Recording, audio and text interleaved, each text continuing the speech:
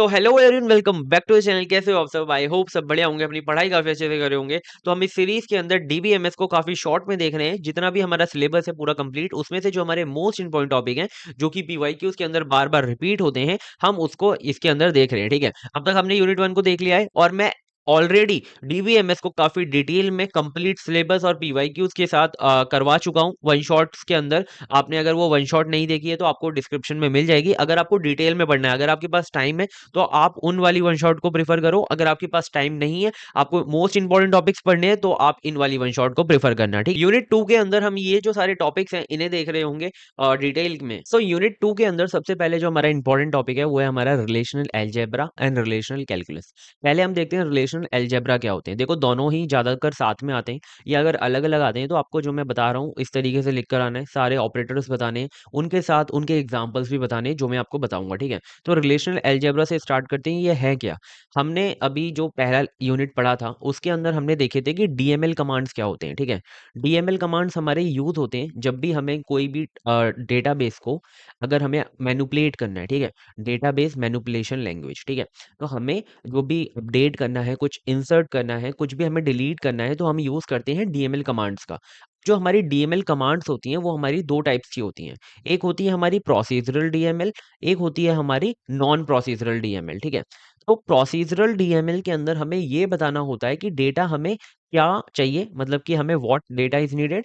And हमें ये भी बताना होता है कि हमें हाउ, मतलब कि ये जो आपको डेटा चाहिए वो आप कैसे लाओगे। ठीक है, how data is need, how data will get, या फिर मतलब आपको कैसा डेटा, कैसे डेटा चाहिए ये भी बताना होता है, और कौन सा डेटा चाहिए ये भी बताना होता है। ठीक है, अब ये हो गया हमारा प्रोसीजरल डीएमएल।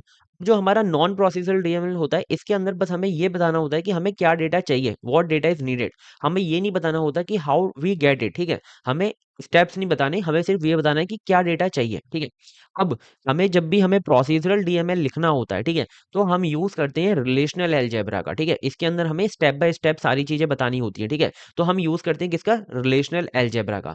और अब जब भी हमारा नॉन प्रोसीजरल डीएमएल है, जहां पर हमें सिर्फ ये बताना है कि व्हाट डेटा इज नीडेड, तो हम वहां पर यूज करते हैं रिलेशनल कैलकुलस का। ठीक है, इतना क्लियर है? आई होप बहुत अच्छे से क्लियर हो गया दोनों में डिफरेंस। रिलेशनल अलजेब्रा कहाँ यूज होगा, रिलेशनल कैलकुलस कहाँ यूज होगा। अब हम देखते हैं रिलेशनल अलजेब्रा।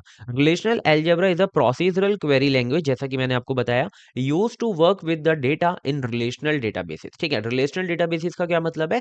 जहां पर टेबल्स की फॉर्म में डेटा स्टोर होता है, रॉ एंड कॉलम की फॉर्म में।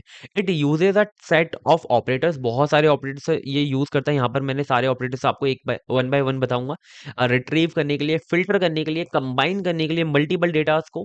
ठीक है, it provide a foundation for SQL and other database query languages. जिस भी लैंग्वेज के अंदर अगर आपको प्रोसीजरल आप यूज कर रहे हो, तो उसकी फाउंडेशन जो है प्रोवाइड कौन करता है?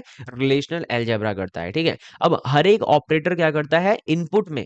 एज अ इनपुट, देखो कोई भी हमारा ऑपरेटर जैसे मल्टीप्लाई है, प्लस है, माइनस है, उसके अंदर हम कुछ इनपुट देते हैं, कुछ हमारे ऑपरेंड्स होते हैं जो हम इनपुट में देते हैं, और हमें आउटपुट में कुछ ऑपरेंड मिल रहे होते हैं। ठीक है, तो यहाँ पर जो इनपुट में जाता है वो जाती है टेबल्स। ठीक है, आपके इनपुट में क्या जाएंगी? टेबल्स जाएंगी। और और आउटपुट में आपको न्यू रिलेशन मिलेगी, मतलब कि नई टेबल मिलेगी। ठीक है, और इससे क्या होता है कि आपके कंबाइनिंग वगैरह करने के लिए काफी इजी हो जाता है। ठीक है, क्वेरीज जो कॉम्प्लेक्स क्वेरीज हैं उनको काफी इजी बना देता है ये जो रिलेशनल अलजेब्रा है। ठीक है, आई होप क्लियर है रिलेशनल अलजेब्रा। अब आपको कोई भी पूछेगा आप इजीली बता पाओगे रिलेशनल अलजेब्रा होते क्या है। ठीक है, अब हम देखते हैं रिलेशनल अलजेब्रा हमारे देखो दो टाइप्स के इसके अंदर ऑपरेटर्स होते हैं। एक होते हैं बेसिक ऑपरेटर्स, ठीक है, एक होते हैं हमारे derived operators. Basic operator basic होते हैं, डिराइव्ड ऑपरेटर थोड़े से एडवांस होते हैं। ठीक है, अब बेसिक ऑपरेटर की बात करें तो इसके अंदर आपको इनके नाम अच्छे से पता होने चाहिए। ठीक है, डिराइव्ड भी और बेसिक भी, बस इसके अंदर नाम का खेल है। ठीक है, इसके अंदर कुछ ज्यादा बड़ी चीज नहीं है, जैसे नाम है वैसा इनका काम है। ठीक है, तो आपको क्या करना है? नाम को याद करना है। Selection, projection, union, set difference, set intersection, rename, Cartesian product, इनको आपको याद करना है। Natural join and conditional join भी याद करना है। ज्वाइन बहुत इंपॉर्टेंट है, और आगे हम डिटेल में भी पढ़ेंगे ज्वाइन जब हम एसक्यूएल में पढ़ेंगे। ठीक है, तो पहले इन्हें याद कर लो। अब हम बात करते हैं basic operator one by one. सबसे पहला आता है हमारा सिलेक्शन ऑपरेटर। सिलेक्शन ऑपरेटर नाम से पता चल रहा है क्या करेगा? ये सिलेक्ट करेगा। एक ऑपरेटर का हम यूज करेंगे जिसके अंदर क्या करेगा, हमारी बहुत सारी रोज होंगी जिसके अंदर हम कोई कंडीशन यूज करेंगे। उस कंडीशन के बेस पर जो भी कंडीशन ट्रू, मतलब जो भी कंडीशन कोई भी रॉ अगर सेटिस्फाई कर रही है, तो उन रो को क्या करेगा? फिल्टर करेगा। ठीक है, ऑन अ स्पेसिफिक कंडीशन को एग्जांपल से समझते हैं कि हमें एक स्टूडेंट टेबल हमें गिवन है यहाँ पर, ठीक है। और हमें and want to find student who scored above than 80, ठीक है। हमें पूरी टेबल में से वो स्टूडेंट का नाम दे दो जो कि 80 से ज्यादा स्कोर कर रहे हैं, ठीक है। तो हमने क्या किया, यहाँ पे एक क्वेरी लगाई, सिलेक्शन ऑपरेटर लगाया, कंडीशन लगाई, स्कोर इज ग्रेटर देन 80, और यहाँ पे टेबल का नाम लिख दिया, ठीक है। तो क्या होगा, यहाँ पर जाएगा ऑपरेटर और चेक करेगा कि जिसका भी स्कोर 80 से ऊपर है, इसका स्कोर 80 से ऊपर है, इसका नहीं है, इसका स्कोर 80 से ऊपर है, इसका स्कोर नहीं है, ठीक है। ये दोनों नहीं है, बस ये दोनों है, तो हमें रिजल्ट में ये टेबल मिल जाएगी जिसके अंदर बस वो स्टूडेंट होंगे जिनका स्कोर 80 से ऊपर है, ठीक है। क्लियर है सिलेक्शन ऑपरेटर। आगे बढ़ते हैं प्रोजेक्शन ऑपरेटर पे। प्रोजेक्शन क्या करता है, प्रोजेक्शन हमें स्पेसिफिक कॉलम को रिट्रीव कर देता है कि हमें पूरी की पूरी टेबल नहीं चाहिए, बस हमें स्पेसिफिक कॉलम चाहिए। तो टेबल में से क्या करेगा, वो स्पेसिफिक कॉलम को आपको निकाल के दे देगा। जैसे कि हमें पूरी की पूरी टेबल, स्टूडेंट टेबल में से बस क्या करना है, नेम और स्कोर कॉलम को चाहिए, ठीक है। तो आपने क्वेरी लिखी, यहाँ पे पाई से इसे डिनोट करते हैं, नेम लिखा, स्कोर लिखा। पूरी स्टूडेंट टेबल में से आपको नेम और स्क्वायर स्कोर वाली जो कॉलम्स हैं वो मिल जाएंगी, ठीक है, रिजल्ट में। क्लियर है। आगे बढ़ते हैं, फिर है हमारा यूनियन ऑपरेटर। यूनियन हम बचपन से पढ़ते हुए आ रहे हैं। यूनियन क्या करता है, जो भी हमारे कॉमन्स होते हैं, जो भी हमारे डुप्लीकेट होते हैं, उन्हें हटा देता है, उन्हें सिंगल बना देता है, और फिर हमें कंबाइन करके टेबल्स को दे देता है, ठीक है। जैसे कि ये क्या करता है, कंबाइन टू कॉलम्स, जैसे class A and class B to get a single list of a student, ठीक है। और ये क्या करता है, अगर कोई भी कहीं कहीं पर भी अगर डुप्लीकेट आ रहा है, उसे क्या कर देता है, रिमूव कर देता है। जैसे हम एग्जांपल से समझते हैं, यहाँ पर एक हमारे पास टेबल ए है और टेबल बी है, ठीक है। हमने क्वेरी लगाई क्लास ए, हमारा यूनियन का ऑपरेटर, और क्लास बी, ठीक है। तो ये क्या करेगा, जो कॉमन होंगे तो उन्हें तो एक बना देगा, ठीक है। जैसे कि यहाँ पे two student ID and Bob जो है कॉमन है, two student ID and Bob दोनों टेबल में कॉमन है। तो यहाँ पर ये कंबाइन करेगा, पहले ये लिखेगा वन एंड एलिस, ठीक है, रिजल्ट में, और फिर लिखेगा ये बॉब वाला, और कॉमन को एक ही बना दिया, इसको वापस नहीं लिखेगा, और फिर थ्री वाले को लिख देगा, ठीक है। तो आपको ये आउटपुट में ये टेबल मिल जाएगी यूनियन ऑपरेटर का यूज करके, ठीक है। तो इतने ईजी ऑपरेटर है, ठीक है। फोर्थ आता है हमारा सेट डिफरेंस, ठीक है। सेट डिफरेंस क्या करता है कि मतलब समझ लो माइनस की तरह है, ठीक है। इसका ऑपरेटर भी माइनस से डिफाइन होता है कि जो भी क्लास ए के अंदर मेंशन है वो हमें दे दो, जो क्लास बी के अंदर मेंशन नहीं है। अब अभी समझ नहीं आ रहा, मैं एग्जांपल से समझाता हूँ कि हमें एग्जांपल है, find student A who are not in class B. हमें ऐसे स्टूडेंट चाहिए जो कि क्लास ए के अंदर तो हैं बट क्लास बी के अंदर नहीं है। अब अगर हम देखें तो एलिस हमारा क्लास बी के अंदर है, नहीं है। क्या बॉब हमारा क्लास बी के अंदर है, हाँ, बट क्लास ए के अंदर भी है और बी के अंदर भी है। तो इसका मतलब क्या है कि हमें सिर्फ ऐसा स्टूडेंट चाहिए जो कि क्लास ए के अंदर हो, क्लास बी के अंदर नहीं हो। तो बॉब तो हमारा क्लास बी के अंदर भी है, तो इसे हटा दो, बस हमें एलिस रिटर्न हो जाएगा। समझ में आ गया ना, माइनस करके दे देगा आपको, ठीक है। मतलब कि अगर आप इस टेबल से इस टेबल का माइनस करोगे तो आपको सिर्फ ये वाला मिलेगा एलिस, ठीक है। मतलब कि जो कॉमन होंगे वो हटा देगा, और ए में जो प्रेजेंट होंगे वही आपको देगा, ठीक है। और इसकी जो क्वेरी होती है, ये माइनस ऑपरेटर से लिखा जाता है, जैसे class A minus class B, ठीक है।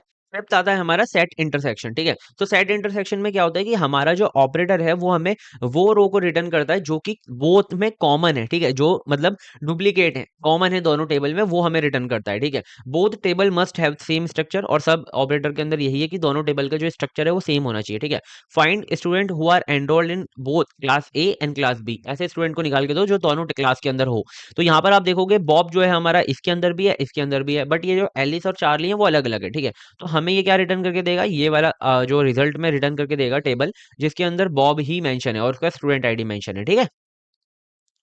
इतने बहुत इजी है, ठीक है। फिर सिक्स आता है हमारा रीनेम। रीनेम से आप क्या करते हो, अगर आपको टेम्परेरी किसी टेबल को नेम देना है तो आप इसे दे सकते हो, ठीक है। तो यहाँ पर एग्जाम्पल के लिए rename the student table to the student info. तो हमने एक स्टूडेंट टेबल बनाई हुई थी पहले, तो हमने क्या करना है, उसे स्टूडेंट इन्फो नाम देना है टेम्परेली। तो आप इससे रो ऐसे जो हमारा रीनेम का जो ऑपरेटर होता है ऐसे रो सा, ठीक है, उसे आपको क्या करना है, लिखना है, और फिर आपको जो भी नाम देना है उसे ब्रैकेट में लिखना है, और जो पहले आपका ओरिजिनल नाम था वो आपको यहाँ पे लिखना है, ठीक है। तो आपका स्टूडेंट टेबल से क्या हो जाएगा, वो स्टूडेंट इन्फो बन जाएगा, ठीक है। फिर आता है हमारा कार्टेशियन प्रोडक्ट। अब कार्टेशियन प्रोडक्ट आपके लिए काफी इंपॉर्टेंट है, क्योंकि हम आगे जब ज्वाइन देखेंगे तो काफी इंपॉर्टेंट रहेगा आपके लिए उसको भी समझने के लिए। तो कार्टेशियन प्रोडक्ट हम जब सेट का करते थे, जैसे कि हमारे पास एक सेट है, हम समझते हैं यहाँ पर, जैसे कि हमारे पास एक सेट है ए एंड बी, एक सेट है हमारे पास सी एंड डी। तो जब हम इन दोनों का अगर कार्टेशियन प्रोडक्ट करते थे तो क्या होता था, सबसे पहले ए जो है वो सी के साथ जाता था, ठीक है। फिर जो ए है वो हमारा बी के साथ जाता था, ठीक है। फिर हमारा जो बी है वो हमारा सी के साथ जाता था, और जो हमारा बी है वो वापस बी के साथ जाता था, ठीक है। तो ऐसे हमारा कुछ कार्टेशियन प्रोडक्ट होता था। तो इसमें भी ये ऐसे ही होगा, जैसे हमारी दो टेबल हैं और उनका अगर कार्टेशियन प्रोडक्ट है तो ये ऑपरेटर क्या करेगा, कंबाइन करेगा every row of one table to every row of another table. मतलब पहले तो ये क्या करेगा, पहले यहां से एक रो को उठाएगा, वन एंड एलिस, ठीक है, और इसे वो इसके साथ भी कंबाइन करवाएगा और इसके साथ भी कंबाइन करवाएगा, ठीक है। जैसे कि यहाँ पे देख सकते हो आप, पहले इसने एलिस को और वन को कोर्स आईडी के साथ भी कंबाइन, कोर्स आईडी ये 101 के साथ भी कंबाइन करवाया और 102 के साथ भी कंबाइन करवाया, ठीक है, और पूरा आपका ये बनाया, ठीक है। और फिर क्या करेगा ये, फिर ये दूसरे वाले के पास जाएगा, दूसरे वाले को उठाएगा बॉब और 2 आईडी को, और वो इसके साथ भी कंबाइन करवाएगा और इसके साथ भी कंबाइन करवाएगा, ठीक है। तो बॉब ये लिख दिया और 101 मैथ, और बॉब लिख दिया 102 मैथ, ठीक है। इस तरीके से जो है कार्टेशियन प्रोडक्ट हमारा काम करता है। ईज़ी है, ज़्यादा हार्ड नहीं है, बट आपको एग्ज़ाम्पल के थ्रू अच्छे से समझ में आ जाता होगा, ठीक है। तो ये हमारे सारे जो थे, ये थे हमारे बेसिक ऑपरेटर साथ के साथ, ठीक है। नेक्स्ट आते हैं हमारे एडिशनल ऑपरेटर्स, ठीक है। थोड़े से ये इसे डिराइव्ड ऑपरेटर भी कहते हैं, एडिशनल ऑपरेटर भी कहते हैं। पहला आता है हमारा नेचुरल जॉइन, ठीक है, फिर आएगा हमारा कंडीशनल जॉइन। नेचुरल जॉइन हमारा इससे डिफाइन होता है, ऐसे क्रॉस एंड ऐसे बॉक्स, ठीक है, ये इससे डिफाइन होता है। ये क्या करता है, दो टेबल्स को जो भी उनके अंदर सिमिलैरिटीज़ हैं, जो भी उनके अंदर कॉमन है, ठीक है, जो भी कॉलम उनका कॉलम है, जो भी कॉलम उनका कॉमन है, उसके बेस पर क्या करता है, टेबल्स को कंबाइन करता है, यानी कि जॉइन करता है, ठीक है। चलो समझते हैं इसे। The natural join operator combines rows from the two table based on the common attribute with the matching values, ठीक है। जो भी एट्रीब्यूट्स कॉमन होते हैं और उनकी वैल्यूज मैच कर रही होती है, उसके बेस पर दो टेबल्स को क्या करेगा, ये कंबाइन करेगा, ठीक है। तो चलो समझते हैं। हमारे पास जैसे एक एग्जांपल है, join employees and department table based on the department ID column. तो यहाँ पर आप देख सकते हो, डिपार्टमेंट आईडी ये रही, डिपार्टमेंट आईडी ये रही, और दो टेबल अलग अलग हैं। हमें क्या करना है, इन्हें कंबाइन करना है। तो यहाँ पर आप देखोगे, वन एलिस 101 और 101 एन HR, इसके बेस पर हम इसे क्या करेंगे, कंबाइन करेंगे। फिर आएगा टू बॉब 101 102 एंड सेल्स, ठीक है। तो ये इसके बेस पर कंबाइन हो जाएगा, दोनों कंबाइन हो गए। तीसरा आता है हमारा थ्री चार्ली 101। तो यहाँ पर जो है 101 है, बट 101 कहाँ है, यहाँ पर है। तो ये क्या करेगा, इसको और इसको कंबाइन कर देगा, इन दोनों रोज को क्या करेगा, कंबाइन कर देगा, और जो नई टेबल बनेगी उसके अंदर इंसर्ट कर देगा। तो देख रहे हो आप, आपने दो टेबल्स को क्या किया, इजीली कंबाइन कर लिया ऑन द उनकी ऑन द सिमिलरिटीज, ठीक है। सो ये रही हमारे हमने क्वेरी लिखी, डिपार्टमेंट ये जो ज्वाइन है, नेचुरल ज्वाइन, और employed natural join and department, ठीक है। तो ये हमारा बनकर आ गया, जैसा कि मैंने आपको बताया था। नेचुरल ज्वाइन समझ में आ गया। अब आते हैं हम कंडीशनल ज्वाइन की तरफ, ठीक है। कंडीशनल ज्वाइन क्या करता है, कंडीशनल ज्वाइन नाम से पता चल रहा है कि हम कंडीशन के बेस पर दो टेबल्स को क्या कर सकते हैं, ज्वाइन कर सकते हैं, ठीक है। बिल्कुल नेचुरल ज्वाइन की तरह ही काम करता है, बट इसके अंदर हमारे पास एक पावर होती है कि हम कंडीशन लगा सके, ठीक है। तो यहाँ पर देखो, एक एग्जाम्पल है हमारे पास, एक हमारे पास ये स्टूडेंट टेबल है, ठीक है, और एक हमारे पास यहाँ पर स्कोर टेबल है, ठीक है, कि स्टूडेंट का स्कोर कितना था। इस स्कोर के टेबल पे अंदर ये मेंशन है कि अगर स्कोर जो है 70 से ऊपर है, या कि 70 के बराबर है, तो उसका एवरेज है, अगर 80 के बराबर है तो उसका गुड है, और अगर 90 के बराबर है तो वो एक्सीलेंट है, ठीक है। तो हमें क्या करना है, यहाँ पर एक कंडीशन लगानी है, हमें कंडीशनल ज्वाइन की हेल्प से स्टूडेंट एंड स्कोर टेबल को पहले कंबाइन करना है, और स्टूडेंट्स वो चाहिए हमें जिनका जो स्कोर है वो ग्रेटर देन हो मिनिमम स्कोर से, ठीक है। स्कोर टेबल के अंदर जो मिनिमम स्कोर हमारी ये वाली कॉलम है उससे ग्रेटर हो। अभी नहीं समझ में आ रहा, मैं आपको जब करवाऊंगा एक एक करके, तब आपको क्लियर होगा, ठीक है। क्वेरी देख लो आप, क्वेरी किस तरीके से लिखी जाती है। सबसे पहले जो भी आपकी दो टेबल्स हैं उनका नाम यहाँ यहाँ पर होगा, कंडीशन इस ब्रैकेट के अंदर होगी, और यहाँ पर हमारा ज्वाइन ऑपरेटर है, ठीक है। तो देखो, यहाँ पर हमारी स्टूडेंट टेबल है और यहाँ पर हमारी स्कोर टेबल है। तो सबसे पहले ये स्टूडेंट टेबल भी देखेगा कि वन एलिस एंड 85। 85 जो स्कोर है, क्या हमारा मिनिमम टेबल से बड़ा है, तो इस वाली से तो बड़ा है, तो इसके साथ इसे ज्वाइन करके यहाँ पे इसने लिख दिया, ठीक है। अब ये देखिएगा 85 का इससे बड़ा है, हाँ बड़ा है, तो इसके साथ भी इसने यहाँ पर इसे लिख दिया, ठीक है। बट ये 90 से बड़ा नहीं है, तो 90 के साथ ये इसे छोड़ देगा, ठीक है। अब ये आगे बढ़ेगा, ये इस पे जाएगा टू बॉब एंड 75। तो 75 वाला जो है 70 से बड़ा है, बट 80 से बड़ा नहीं है, ना तो 90 से बड़ा है, तो ये सिर्फ 75 के साथ कंबाइन किया इसने और यहाँ पे लिख दिया, ठीक है। क्लियर है। अब ये क्या करेगा, थर्ड के पास गया, इसने चार्ली का देखा, चार्ली का 90 से 90 है, ठीक है, मतलब कि 90 से भी बड़ा है, 80 से भी बड़ा है, और 70 से भी बड़ा है, ठीक है। तो इसका मतलब क्या है, ये तीनों के साथ जाएगा। तो चार्ली हमारा 70 के साथ भी गया, 80 के साथ भी गया, और 90 के साथ भी गया, ठीक है। तो इसका मतलब क्या है कि ये ज्वाइन किसके बेस पर किया, इसने कंडीशन के बेस पर किया, ठीक है। तो आई होप इतना क्लियर होगा, और काफी बढ़िया था कि इजीली हमने टेबल्स को ज्वाइन कर लिया, ठीक है, कंडीशन के बेस पर। तो ये थे हमारे कंप्लीट लीनियर रिलेशनल अलजेब्रा जो कि काफी इंपॉर्टेंट है आपके लिए। प्लीज इन्हें अच्छे से पढ़ लेना क्योंकि एग्जाम के अंदर पूछे ही जाते हैं, ठीक है। नेक्स्ट है हमारा रिलेशनल कैलकुलस, बिल्कुल उल्टा है रिलेशनल अलजेब्रा से। वो हमारा प्रोसीजरल क्वेरी लैंग्वेज में आता है, ये हमारा नॉन प्रोसीजरल लैंग्वेज में आता है, ठीक है। और ये हमारा सिर्फ ये बताता है कि हमें क्या डिजायर्ड रिजल्ट क्या चाहिए, हमें ये नहीं बताना कि स्टेप्स क्या होंगे, ठीक है। स्टेप्स नहीं बताने, हमें सिर्फ ये बताना है कि व्हाट डेटा टू रिट्रीव, ठीक है। चलो आगे बढ़ते हैं। तो रिलेशनल कैलकुलस भी हमारा दो पार्ट में डिवाइडेड है, tuple relation calculus and domain relational calculus. दोनों को एक एक करके समझते हैं। सबसे पहला आता है हमारा टीआरसी जो कि टपल रिलेशनल कैलकुलस है। इसके अंदर हमारा एक टपल वेरिएबल बनता है, ठीक है, जो कि हर एक रो के पास जाता है और चेक करता है, ठीक है। जैसे कि हमारा फोर लूप के अंदर बनता है ना आई, जो कि इटरेशन के लिए हर एक इटरेशन पे जाता है और चेक करता है। ऐसे ही हमारा इसके अंदर एक टी वेरिएबल, ये हमारा वेरिएबल बनता है जो कि हर के पास जाता है, ठीक है, चेक करने के लिए। So that iterate over each row, जैसा कि मैंने आपको बताया, और जो भी कंडीशन अगर स्पेसिफाई करती है, मैच करती है, तो उसे वो उठा लेता है वहां से, ठीक है। तो इसका सिंटेक्स बहुत ईजी सा है, आप देख सकते हो। ऐसे ब्रेसेस, देन आपको टी लिखना है, फिर आपको ऐसे बार लगाना है, फिर आपको कंडीशन, और फिर टी, ठीक है। इस तरीके से आपको जो है इसका सिंटेक्स आपको मैंने बता दिया, ठीक है। सो आगे बढ़ते हैं, एग्जाम्पल से समझते हैं कि टपल रिलेशन कैलकुलस है क्या। अभी कुछ भी नहीं समझ में आएगा जब तक एग्जाम्पल नहीं देखोगे ना, डीबीएमएस के अंदर आपको कुछ नहीं समझ में आना। एग्जाम्पल बहुत इंपॉर्टेंट है, और कोशिश करना कि आप एग्जामिनर को भी ना एग्जाम्पल से समझा कर आओ कॉपी के अंदर, ठीक है। तो देखो यहाँ पर हमारे पास एक एग्जाम्पल है जिसके अंदर कस्टमर का पूरा डेटाबेस है, कस्टमर की आईडी मेंशन है, नेम है और जिप कोड है, ठीक है। अब हमें इसमें से ऐसे कस्टमर की आईडी चाहिए, ऐसे कस्टमर का नेम चाहिए जिसका जो जिप कोड है वो हमारा इक्वल हो 1 2 3 4 5 के, ठीक है। जिसका भी जिप कोड इसके अंदर से 1 2 3 4 5 के इक्वल है, वो हमें निकाल के डेटा उसका दे दो। तो हम यहाँ पर क्वेरी लिखेंगे। एक हमने पहले वेरिएबल बनाया टी, और टी हमारा किससे बिलोंग करेगा, कस्टमर टेबल से, जो हमारी ये पूरी कस्टमर टेबल है। और हमने यहाँ पर एक एंड ऑपरेटर लगाया। तीन हमारे ऑपरेटर यहाँ पर यूज होते हैं, एंड, और एंड हमारा नॉट, ठीक है। तीन ऑपरेटर हमारे यूज हो रहे होंगे इसके अंदर डबल टपल रिलेशनल कैलकुलस के अंदर। तो इसके अंदर हमने क्वेरी ऐसे लिख ली, and operator T zip code equal to 1 2 3 4 5, ठीक है। मतलब कि टी हमारा एक तो कस्टमर से बिलोंग करना चाहिए, और हमारा जो टी है उसका जिप कोड 1 2 3 4 के 5 के इक्वल होना चाहिए। दोनों अगर कंडीशन मैच कर गई तो वो हमें निकाल के दे दो उसमें से। तो सबसे पहले जाएगा कस्टमर डेटाबेस के अंदर, सबसे पहले चेक करेगा कि वन वाले के ऊपर, वन वाले का जिप कोड कितना है, 1 2 3 4 5 है, तो इसे वो नई टेबल के अंदर लिख देगा। दूसरा के ऊपर चेक करेगा, नहीं है। तीसरा चेक करेगा, नहीं है। चौथे पे जाएगा तो ये इक्वल है, ये यहाँ पर दे देगा, ठीक है। तो ये हमारा इजीली हमें काम हो गया। इस तरीके से टपल रिलेशनल कैलकुलस हमारा काम करता है। आई होप बहुत अच्छे से क्लियर हो चुका होगा। आगे बढ़ते हैं डोमेन रिलेशनल कैलकुलस। जैसे उसके अंदर एक वेरिएबल बनता है, इसके अंदर हमारे और भी वेरिएबल्स बनते हैं, डोमेन वेरिएबल्स बनते हैं, ठीक है। मतलब कि in DRC, domain relational calculus, we use domain variables that represent specific column. हर एक कॉलम को जो है स्पेसिफाई कर रहे होते हैं, ठीक है। जहां पर वहां पर क्या हो रहा था कि हम एक हर एक रो के लिए जो है क्या कर रहे थे, सिर्फ एक हमने क्या बनाया था, वेरिएबल बनाया था। बट यहाँ पर हमारा हर एक कॉलम के लिए अलग अलग हमारे जो है वेरिएबल बन रहे होंगे, जिन्हें हम बोलते हैं डोमेन स्पेसिफिक वेरिएबल, ठीक है। DRC queries specify condition date the values in the these column must satisfy. मतलब कि वो जो हमारी डोमेन है ना, वहां पर हम कंडीशन लगाएंगे, ठीक है। वो डोमेन हमारा हर एक कॉलम को चेक करेगा, जो भी कॉलम उस कंडीशन को हमें स्पेसिफाई कर रहा होगा वो आपको रिट्रीव हो जाएगा, ठीक है। जैसे कि हम एक एग्जांपल समझेंगे जब तक काम नहीं बनेगा, ठीक है। और इसका सिंटैक्स देख लो। सबसे पहले आपको यहाँ पे ब्रैकेट लगाने हैं, जो भी आपके डोमेन है यहाँ पे लिखने हैं, जो भी आपके मतलब कॉलम्स है। कंडीशन लगाई, फिर आपके जो वापस आपके डोमेन है वो लिख दिए, ठीक है।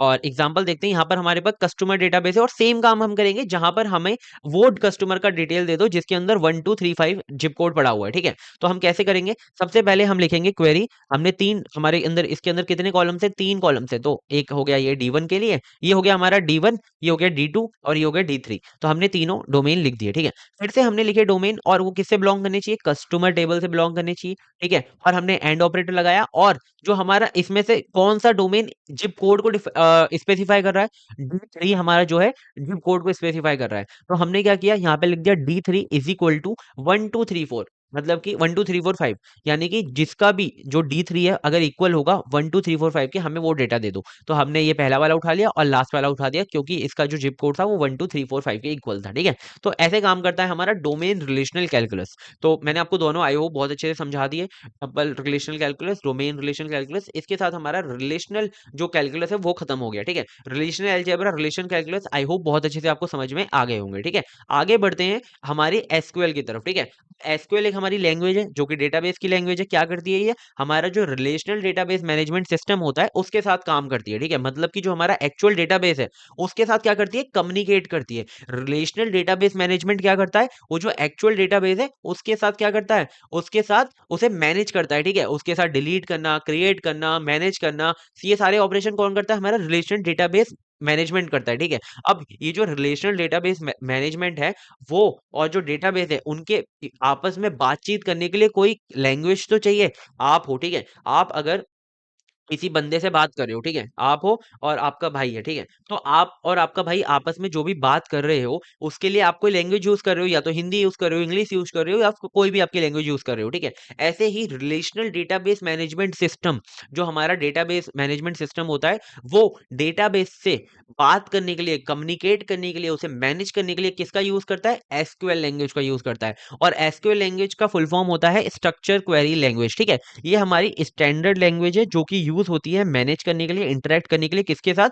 रिलेशनल डेटाबेस के साथ। ठीक है, इट रिलेशन डेटाबेस, मत सिर्फ रिलेशनल डेटाबेस, यानी कि जो भी डेटाबेस हमारा टेबल्स की फॉर्म में होता है उसके साथ अगर आपको इंटरेक्ट करना है तो कौन यूज होता है? हमारा एसक्यूएल यूज होता है। ठीक है, it allow user to create, read, update and delete, third operation perform करने के लिए ये जो है यूज होती है। ठीक है, making it essential for data driven application across various industries. अगर कोई भी ऐसी एप्लीकेशन है, अगर ऐसा कोई भी मतलब चीज है जिसके अंदर डेटा ड्रिवन एप्लीकेशन है, मतलब कि उसके अंदर आपको डेटा सेव कर रहे हो, डेटा को चेंज कर रहे हो, डेटा को रिट्रीव कर रहे हो, तो उसके अंदर एसक्यूएल जो है बहुत ही ज्यादा एसेंशियल होती है। तो देखो, दो हमारे डेटाबेस में पहला होता है यूनिफाइड डेटाबेस मैनेजमेंट सिस्टम, जिसके अंदर जो एसक्यूएल है हमें स्टैंडर्डाइज्ड वे प्रोवाइड कराती है जिससे कि हम रिलेशनल डेटाबेस को प्रोवाइड मैनेज कर सकें। ठीक है, हैंडल कर सकें। और दूसरा आता है इसका कोर फंक्शन, इट इंक्लूड, इसके अंदर बहुत सारे टूल्स होते हैं जिससे कि आप डेटा रिट्रीव कर सको, मैनिपुलेट कर सको, कंट्रोल कर सको, डिफाइन कर सको।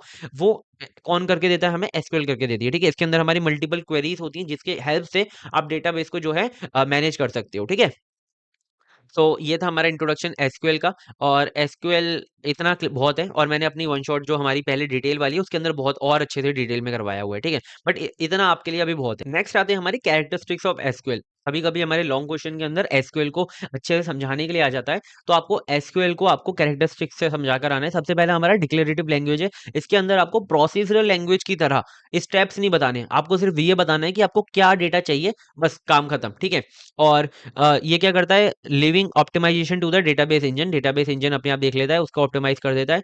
सेट बेस्ड ऑपरेशन, मतलब कि आपके जो ऑपरेशंस होते हैं वो हमारे क्या करते हैं? मल्टीपल रोज को एक साथ प्रोसेस कर सकते हैं। ठीक है, और इससे क्या होता है? जो हमारी बल्क ऑपरेशंस होते हैं, ज्यादा जो बहुत सारे डेटा पे लग रहे होते हैं, वो हमारे काफी इफिशिएंट हो जाते हैं। डेटा इंडिपेंडेंस होता है इसके अंदर, मतलब कि यूजर को कोई मतलब नहीं है डेटा फिजिकली कहाँ पर पड़ा हुआ है, वो डेटा के साथ इंटरेक्ट कर सकता है विदाउट नोइंग कि फिजिकल स्टोरेज कहाँ पर है। ठीक है, स्टैंडर्डाइज्ड सिंटैक्स, यानी कि जो एसक्यूएल है हमारा उसका जो पूरा सिंटैक्स होता है काफी स्टैंडर्डाइज्ड होता है।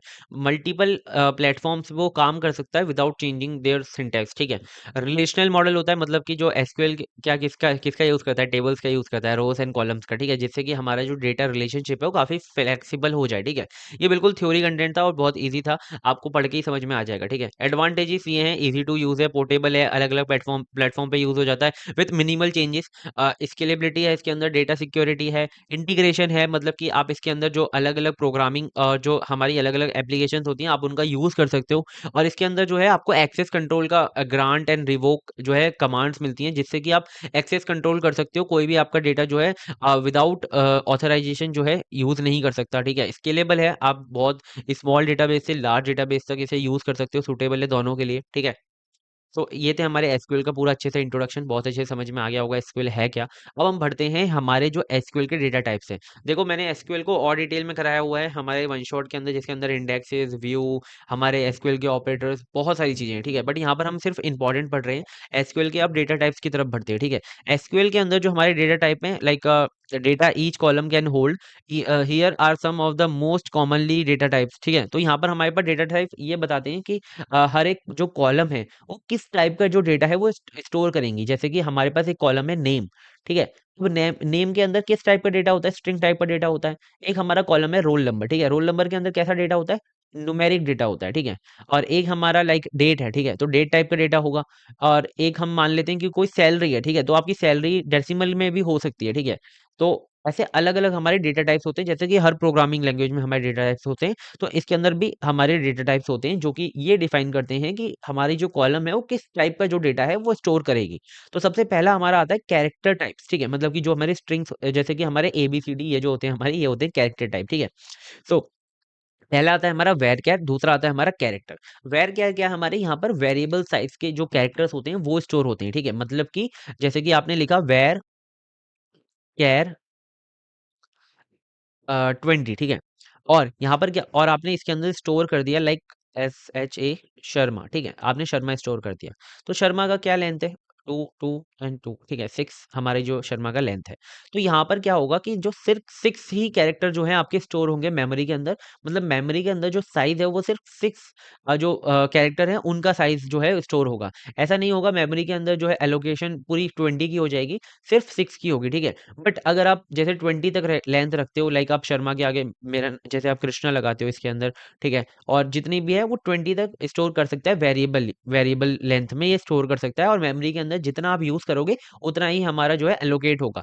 ऐसा नहीं है कि ज्यादा हो जाएगा। बट कैरेक्टर में क्या होता है, ये मैंने आपको पूरा समझा दिया कैसे होता है। ठीक है, कैरेक्टर में क्या होता है, आप जैसे कैरेक्टर 10 आपने डिफाइन किया, तो मेमोरी के अंदर 10 जो कैरेक्टर का जो साइज है, जो स्पेस है, वो हमारा एलोकेट हो जाएगा। चाहे आप कितना भी उसमें यूज करो, आप ज्यादा भी यूज नहीं करोगे। ठीक है, जैसा कि वेर केयर में भी आप ज्यादा नहीं यूज कर सकते, बट आप वेरिएबली यूज कर सकते हो। कम आप जितना करोगे उतना आपका जो है मेमोरी के अंदर स्पेस एलोकेट होगा।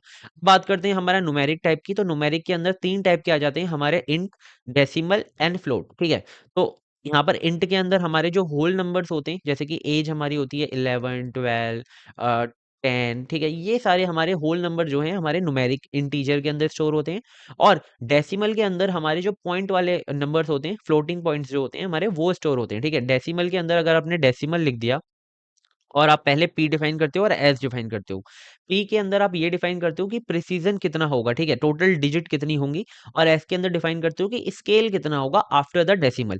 जैसे कि आपको एक वैल्यू यहाँ पर मैंने एग्जांपल दिया हुआ है 123.45 ये स्टोर करनी है, तो आपको ऐसे लिखना पड़ेगा डेसिमल पहले। ठीक है, और यहाँ पे पहले आपकी टोटल लेंथ कितनी है, 1 2 3 4 एंड 5। ठीक है, 5, और पॉइंट के बाद कितना आ रहा है, 1 एंड 2, तो 2। ऐसे आपको लिखना पड़ेगा। ठीक है, तो आफ्टर द पॉइंट भी आपको लिखना पड़ेगा, और टोटल लेंथ कितनी है वो भी आपको डिफाइन करना पड़ेगा। ठीक है, तो आपको डेसिमल क्लियर हो गए। अब बढ़ते हैं नेक्स्ट की तरफ, जो कि है फ्लोट। ठीक है, अगर आपको कोई भी बड़ी वैल्यू जो है स्टोर करानी है, लाइक साइंटिफिक या फिर अप्रोक्सीमेट कैलकुलेशन है, वो आप फ्लोट के अंदर, रियल के अंदर, डबल के अंदर स्टोर करा सकते हो। ठीक है, आगे बढ़ते हैं हमारा डेट एंड टाइम टाइप्स। तो इसके अंदर क्या होता है कि आप डेट को अगर आपको स्टोर कराना है, तो आप डेट लिखकर ये फॉर्मेट होता है, इसके अंदर आप डेट को स्टोर करा सकते हो। टाइम का हमारा ये फॉर्मेट होता है, आवर्स, मिनट एंड सेकंड, इसके अंदर स्टोर करा सकते हो। अगर आपको डेट एंड टाइम साथ में स्टोर करानी है, तो आप टाइम स्टैम्प का यूज कर सकते हो। तो यहाँ पर आपको पहले डेट लिखनी होती है इस फॉर्मेट में, फिर आपकी जो टाइम है वो लिखना होता है इस फॉर्मेट में। ठीक है, तो इससे क्या होता है, एग्जैक्ट जो हमारा टाइम स्टैम्प है वो स्टोर हो जाता है। ये हमारा ज्यादा यूज होता है ट्रांजेक्शन के टाइम पे। ठीक है, जब ट्रांजेक्शन कोई होती है, तो डेट एंड टाइम अच्छे से स्टोर हो जाता है, कि पता चल लग सके कि ट्रांजेक्शन हुई थी, कब हुई थी, और कैसे हुई थी। ठीक है, अब हम आगे बढ़ते हैं बूलियन टाइप्स। तो यहाँ पर ट्रू एंड फॉल्स दो होती हैं। आप बूलियन लिखकर जो है ट्रू लिख सकते हो, फॉल्स लिख सकते हो, या फिर नल भी लिख सकते हो। ठीक है, अगर आपको नहीं पता। ठीक है, तो ये हमारे होते हैं ज्यादातर, जैसे इज एक्टिव या फिर हैज पेड करके कुछ, हैज पेड करके हमारे कुछ टाइप्स जिसके हम यूज करते हैं। मतलब कि कोई अगर यूजर एक्टिव है, ठीक है, तो हमने इज एक्टिव करके क्या कर दिया, ट्रू कर दिया। अगर नहीं है तो उसे फॉल्स कर दिया। अगर कोई ट्रांजेक्शन पेड है, ठीक है, पेड हो चुकी है, तो उसे ट्रू कर दिया, मतलब पेड हो चुकी है। अगर फॉल्स कर दिया अगर वो पेड नहीं है। तो ये होते हैं बाइनरी टाइप्स। हमारे दो टाइप के होते हैं, एक होता है हमारा ब्लॉब, जिसके अंदर आप क्या करते हो, लार्ज जो हमारी बाइनरी डेटा है वो स्टोर करते हो। लार्ज बाइनरी डेटा का क्या मतलब है, जैसे कि आपने कोई फाइल है उसे बाइनरी के अंदर कन्वर्ट करके स्टोर किया है, फाइल इमेज है उसे कन्वर्ट करके स्टोर किया, मल्टीमीडिया कंटेंट है उसे स्टोर किया है, तो वो हमारा लार्ज फाइल के अंदर आता है और ब्लॉब की हेल्प से स्टोर होता है। और बाइनरी हम यूज करते हैं अगर आपको कोई वैल्यू है, ठीक है, बाइनरी है, ठीक है, 101, या फिर कोई छोटा सा हमारा कैरेक्टर है जो आपने बाइनरी के अंदर स्टोर किया हुआ है, तो हमारा बाइनरी या फिर वेर बाइनरी यूज होता है। वेर बाइनरी हमारा वेरिएबल साइज के लिए, और बाइनरी हमारा फिक्स साइज के लिए। ठीक है, तो ये होता है हमारा बाइनरी टाइप्स। क्लियर है ना, बहुत अच्छे से समझ में आ गया होगा। आगे आता है हमारे लिटरल्स जो होते हैं एसक्यूएल के अंदर। लिटरल्स क्या होते हैं? जो भी हमारी फिक्स्ड वैल्यू होती हैं जो कि एक्सप्लिसिटली लिखी जाती हैं एसक्यूएल स्टेटमेंट्स के अंदर। जैसे आप कुछ सिलेक्ट करते हो तो आप कंडीशन लिखते हो और इक्वल टू अगर लिख देते हो, जैसे 101 जिप कोड हम सिलेक्ट कर रहे थे तो ये हमारा 101 जो आपने 1 2 3 4 5 जो आपने जिप कोड लिखा था यहाँ पर अपनी क्वेरी के अंदर, जो कंडीशन के अंदर, तो ये हमारा क्या था? फिक्स्ड वैल्यू थी, मतलब कि ये क्या था? लिटरल था। ठीक है, तो हमारा यहाँ पर ये लिटरल इस तरीके से एसक्यूएल के अंदर यूज होते हैं। जैसे कि यहाँ पे एक हमारे चार तरीके के लिटरल होते हैं। पहला होता है स्ट्रिंग लिटरल, जिसके अंदर आप जैसे स्ट्रिंग लिख रहे हो, जैसे एलिस लिखा है तो हमारा स्ट्रिंग लिटरल होता है। जैसे कि आपने ये क्वेरी है, इसके अंदर आपने where name equal to Alice लिखा हुआ है, तो यहाँ पर जो वेयर नेम इक्वल टू जो आपने कंडीशन लगा रखी है ना, ये आपने इसमें एलिस लिखा है, ये हमारा लिटरल होता है। और न्यूमेरिक लिटरल के अंदर जैसे कि आपने यहाँ पे ग्रेटर देन 100 लिख दिया तो ये हमारा न्यूमेरिक लिटरल है। और डेट लिटरल के अंदर जैसे कि आपने यहाँ पर डेट लिख दी तो हमारा डेट लिटरल है। और बूलियन लिटरल के अंदर अगर आपने यहाँ पे is active equal to true कर दिया तो ये हमारा बूलियन लिटरल है। बहुत अच्छे से क्लियर होगा और बहुत सिंपल है। ठीक है, लिटरल तो बहुत सिंपल है। अब हम आगे बढ़ते हैं। हमारी कुछ क्वेरीज के एग्जांपल हैं डेटा टाइप्स एंड लिटरल का यूज करके कैसे बनती हैं। तो देखो, आपने जैसे आपको एक टेबल क्रिएट करनी है, ठीक है, आपने एक टेबल बनाई, ठीक है, और उसके अंदर आपको कुछ कॉलम्स वगैरह को डिफाइन करना है, तो आप किसका यूज करोगे? डेटा टाइप्स का यूज करोगे। तो आपने यहाँ पर क्रिएट टेबल एम्प्लॉइज लिखा तो इस टेबल का नाम बन गया क्या? एम्प्लॉइज। ठीक है, और आपने लिखा एम्प्लॉय आईडी इंट। ठीक है, तो आपने यहाँ पर बना दी एम्प्लॉय आईडी करके कॉलम जिसके अंदर सिर्फ इंटीजर वैल्यू जो है स्टोर होंगी। फिर आपने वेर केयर बना दिया 50, यानी कि 50 तक जितने भी हमारा यहाँ पर कैरेक्टर टाइप की वैल्यू स्टोर होंगी और 50 उनकी मैक्स लेंथ होनी चाहिए। फिर आपने बना दिया बर्थ डेट, यानी कि डेट आपका टाइप का वेरिएबल है, इसके अंदर बर्थडे स्टोर होंगी, यहाँ पे बर्थडे बर्थडे होगा। ठीक है, फिर आपने बना दिया डेसिमल टाइप की सैलरी। ठीक है, तो यहाँ पर सैलरी एक वेरिएबल वो बन गई कॉलम जिसके अंदर डेसिमल टाइप की वैल्यू स्टोर होंगी और पेन वैल्यू हो सकती है, और आपका जो डेसिमल मतलब कि डॉट के बाद कितनी वैल्यू हो सकती है? दो वैल्यू हो सकती है। फिर आपने इस मैनेजर करके बना दी कि क्या वो मैनेजर हैं, वो बूलियन टाइप की, अगर वो मैनेजर होंगे तो ट्रू कर देंगे, अगर नहीं होंगे तो फॉल्स कर देंगे। तो ऐसे टेबल हमारी क्रिएट हो गई। क्लियर है? अब हम उस टेबल के अंदर कुछ इंसर्ट करना चाहते हैं तो हम लिटरल वैल्यूज का यूज करेंगे। ठीक है, जैसे कि हमें इंसर्ट करना है एम्प्लॉयज के अंदर employee ID, name, birth date, salary is manager, और वैल्यूज क्या है? 1 जॉन डी, ये डेट, और ये उसकी सैलरी, और ये क्या मैनेजर है? हाँ मैनेजर है। तो आप देख रहे हो ये हमारे सारे लिटरल्स यूज हुए हैं। यहाँ पर हमारा नंबर जो न्यूमेरिक लिटरल है, यहाँ पर स्ट्रिंग लिटरल है, यहाँ पर हमारा डेट लिटरल है, यहाँ पर डेसिमल लिटरल है, यहाँ पर हमारा बूलियन लिटरल है। तो सारे हमने लिटरल को भी यूज करके देख लिया। अब query using literal in where clause. अब वेयर क्लॉज भी के अंदर भी यूज होती हैं। जैसे कि आप कंडीशन लगा रहे हो कोई, ठीक है, तो आप वेयर क्लॉज के अंदर जैसे आपने लिख दिया सैलरी इज ग्रेटर देन 50,000, तो इसका मतलब क्या है? यहाँ पे लिटरल है। अब बर्थडे इज लेस देन इतना, तो ये डेट लिटरल है। ठीक है, तो ऐसे लिटरल्स हमारे यूज होते हैं एसक्यूएल क्वेरीज के अंदर। बहुत अच्छे से मैंने इजी वे में आपको समझा दिया लिटरल एंड हमारे डेटा टाइप्स एसक्यूएल के। अब हम आगे बढ़ते हैं कि हमारी एसक्यूएल की कमांड्स। अब हमने ये जो एसक्यूएल की कमांड्स है बहुत इजी वे में अभी पहले ही लेक्चर के अंदर कंप्लीट की थी। मतलब आपको वन शॉट के अंदर मिल जाएंगी, डीबीएमएस के लेक्चर के अंदर मिल जाएंगी। आपको जो हमने शॉर्ट फॉर्मेट में लेक्चर बनाए हैं डीबीएमएस के वन शॉट, उसके अंदर भी आपको मिल जाएगी। मतलब सबके अंदर मैंने ये समझा दी है, तो आप देख सकते हो यूनिट 1 के अंदर। ठीक है, यूनिट 1 के अंदर मैंने इसके लिए ही समझाई थी कि आपको यूनिट 2 में जो है ये ना पढ़नी पड़े बार बार। ठीक है, ये हमारी होती है डीएमएल, डीडीएल, डीसीएल, हमारा टीसीएल। ठीक है, चार हमारी कमांड्स होती हैं, चार टाइप की, वो आपको अच्छे से पढ़नी है। ठीक है, फिर आती है हमारी क्वेरीज। ठीक है, अब हमारी एसक्यूएल के अंदर दो टाइप की क्वेरी होती है, एक होती है सिंपल क्वेरी और एक होती है हमारी सब क्वेरीज। सिंपल क्वेरीज जो होती हैं, अगर आप उसके अंदर एक और क्वेरी लिख दो, जैसे कि आपकी इफ कंडीशन होती है ना प्रोग्रामिंग के अंदर, आप इफ कंडीशन लिखते हो, ठीक है, और अगर ये ट्रू हो जाती है तो आप एक और कंडीशन अगर इसके अंदर लिख देते हो, ठीक है, तो ये हमारी सब क्वेरी हो गई। ठीक है, मतलब कि आपने एक कंडीशन के अंदर अगर एक और कंडीशन लिख दी तो हो जाती है हमारी सब क्वेरी। अगर आपकी इफ कंडीशन है और कुछ नहीं है अंदर क्वेरी, तो वो हमारी क्वेरी होती है। ठीक है, तो ऐसे होता है हमारा क्वेरीज और सब क्वेरीज का कॉन्सेप्ट। तो पहले क्वेरीज देखते हैं। तो ये हमारी बेसिक सिलेक्ट क्वेरीज हैं कुछ। तो देखो, सिलेक्ट कॉलम 1, ये हमारा इसका फॉर्मेट है, किस तरीके से क्वेरीज लिखी जाती हैं। जो भी आपको कॉलम सेलेक्ट करनी है तो आपने लिख दिया कॉलम 1, कॉलम 2। फ्रॉम, जो भी आप टेबल आप जिसका यूज कर रहे हो, जिसके अंदर सेलेक्ट करनी है, तो आपने टेबल का नाम लिख दिया। वेयर, अगर आप वेयर क्लॉज लगा रहे हो, कोई कंडीशन लगा रहे हो, तो आपने वेयर लिख दिया। अगर आपको जो कॉलम्स है वो ऑर्डर में चाहिए तो आपने ऑर्डर लिख दिया, ऑर्डर बाय। ठीक है, तो ये क्या है हमारी, एक तो हो गई सिलेक्ट क्वेरी, एक हो गई फ्रॉम, और एक हो गई हमारी वेयर, और एक हो गई हमारी ऑर्डर बाय। ठीक है, तो इसके अंदर मेन जो है सिलेक्ट है, वेयर है, और ऑर्डर बाय है, ठीक है। ऑर्डर बाय में आप असेंडिंग डिसेंडिंग में जिसमें आप डेटा चाहते हो उसके अंदर मिल सकता है आपको, ठीक है। तो सिलेक्ट के अंदर क्या होता है कि आपका जो भी स्पेसिफाई कॉलम होती है वो सिलेक्ट हो जाती है, ठीक है। और वेयर में क्या होता है कि आप फिल्टर लगा सकते हो कि आपने कोई कंडीशन लगाई कि वही वही जो रो है वो फिल्टर आउट होकर आपको मिल जाएंगी। ऑर्डर बाय में क्या होता है, अगर आपको रिजल्ट को असेंडिंग में या डिसेंडिंग में ऑर्डर करना है तो आप ऑर्डर बाय लगा सकते हो, ठीक है। एग्जाम्पल से देखते हैं तो हमने एक हमारी एम्प्लॉय नाम की आईडी है, एम्प्लॉइज नाम की, उसके अंदर हमने एम्प्लॉय आईडी और नेम और डिपार्टमेंट तीनों को सिलेक्ट किया, ठीक है। और हमने फ्रॉम एम्प्लॉय मतलब इस टेबल के अंदर से, और हमने एक वेयर क्लॉज लगाया, where department equal to sales. तो जिस भी बंदे का डिपार्टमेंट इक्वल टू सेल्स होगा सिर्फ हमें उसी का डेटा मिलेगा। क्या क्या डेटा मिलेगा, एम्प्लॉय आईडी मिलेगी, उसका नेम मिलेगा और डिपार्टमेंट मिलेगा, ठीक है। क्लियर है। तो यहाँ पर एक और हमारा है select employee ID name and salary, तो तीनों हमें मिल रही होंगी। और फ्रॉम एम्प्लॉयज इस टेबल के अंदर से वेयर हमने लगाया सैलरी बिटवीन। अब हमने देखो यहाँ पे रेंज लगाई है 3000 से लेकर 5000 तक हो, अगर इन दोनों के बीच में है तो क्या करो, उसे हमें ऑर्डर बाय डिसेंडिंग ऑर्डर में, मतलब जिसकी सबसे ज्यादा होगी वो आएगी, फिर कम हमें वो डेटा दे दो। और हमें क्या क्या क्या डेटा मिलेगा, एम्प्लॉय आईडी मिलेगी, उसका नेम मिलेगा और सैलरी मिलेगी, ठीक है। और सैलरी किसके अंदर मिलेगी, डिसेंडिंग ऑर्डर में मिलेगी, मतलब कि पूरा का पूरा जो टेबल है वो डिसेंडिंग के बेस पर सैलरी के बेस पे डिसेंडिंग हमें होकर मिल जाएगा, ठीक है। डिसेंडिंग ऑर्डर में हमें मिल जाएगा। क्लियर है। अब आप ये क्वेरीज हो गई सिंपल क्वेरीज, इसके अंदर अंदर कोई क्वेरी नहीं थी, सिर्फ एक क्वेरी थी, ठीक है। अब इस क्वेरी के अंदर अगर एक और क्वेरी लगा दोगे तो वो हो जाएगी हमारी sub query. Sub query is a query embedded with another query typically in where clause having या फिर फ्रॉम क्लॉज। इन तीनों क्लॉज के अंदर कोई अगर एक और क्वेरी आप लगा देते हो, एक और कंडीशन लगा देते हो, तो आपकी बन जाती है वो क्या, सब क्वेरी। अब हमारी कुछ सब क्वेरी के की पॉइंट है। इसका पर्पस ये होता है कि सब क्वेरी का रिट्रीव करना data to used by the main query. जो भी मेन क्वेरी के अंदर जो भी डेटा आपका यूज हो रहा है वो उसे रिट्रीव करने को क्या कहते हैं हम, सब क्वेरी यूज होता है, ठीक है, उसका पर्पस होता है। प्लेसमेंट की बात करें तो ये हमारा सिलेक्ट इंसर्ट अपडेट डिलीट ऐसे स्टेटमेंट के यूज होता है इनके अंदर। और ऑपरेटर की बात करें तो इसके अंदर ये equal to, less than, equal to, greater than, in and like, ये हमारे ऑपरेटर इसके अंदर यूज हो रहे होते हैं, ठीक है। ऑपरेटर्स हमने वन शॉट के अंदर बहुत डिटेल में पढ़े थे, आप देख सकते हो। तो हमारी यहाँ पर एग्जांपल लिखा हुआ है सब क्वेरी का। सब क्वेरी आपको समझ में आ गई ना। सब क्वेरी अभी मैं बहुत अच्छे से समझाऊंगा, इंसर्ट डिलीट अपडेट सब टेबल्स के साथ, ठीक है, तो क्लियर हो जाएंगे। तो एक एग्जांपल देखते हैं। यहाँ पर इसका क्या है, सॉरी एग्जांपल नहीं है, यहाँ पर इसका फॉर्मेट है, ठीक है, कि फॉर्मेट कैसे होता है।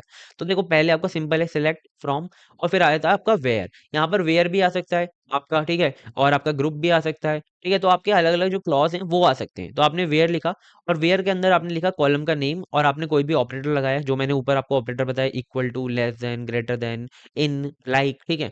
आपने ऑपरेटर लगाया, फिर आपने एक और यहाँ पे ब्रैकेट बनाया और इसके अंदर आपने एक और क्वेरी लिख दी, select column name from table name where, ठीक है। तो आपने एक और क्वेरी लिख दी। तो अगर आपने इसके अंदर एक और क्वेरी लिख दी तो ये बन गई हमारी सब क्वेरी। तो अब इसका एग्जाम्पल देखते हैं कि सब क्वेरीज के एग्जाम्पल क्या क्या हो सकते हैं। सबसे पहले आपको जो है डेटा रिट्रीव करना है, तो आपने एक एग्जाम्पल, आपने एक एम्प्लॉइज टेबल है, get employees working in the same department as join, John, ठीक है, मतलब कि जॉन का कोई एक डिपार्टमेंट होगा, लाइक जॉन का कोई डिपार्टमेंट है आईटी, ठीक है। अब ये जो आईटी डिपार्टमेंट है ना, इस आईटी डिपार्टमेंट में और कौन लोग हैं जो कि जॉन के साथ काम कर रहे हैं, हमें वो रिट्रीव करके दे दो। तो ये हमारी सब क्वेरी की हेल्प से हमें हो सकता है। तो देखो सबसे पहले तो हमें क्या करना पड़ेगा, सबसे पहले ये पता करना पड़ेगा ये जो जॉन है भाई ये किस डिपार्टमेंट में काम करता है। जैसे ही हमें पता चल जाएगा ये आईटी डिपार्टमेंट में काम करता है, तो हम एक और क्वेरी लगा सकते हैं, सब क्वेरी लगा सकते हैं कि ये जो आईटी डिपार्टमेंट है इसके अंदर और कौन कौन काम करता है, तो हमें पता चल जाएगा ना।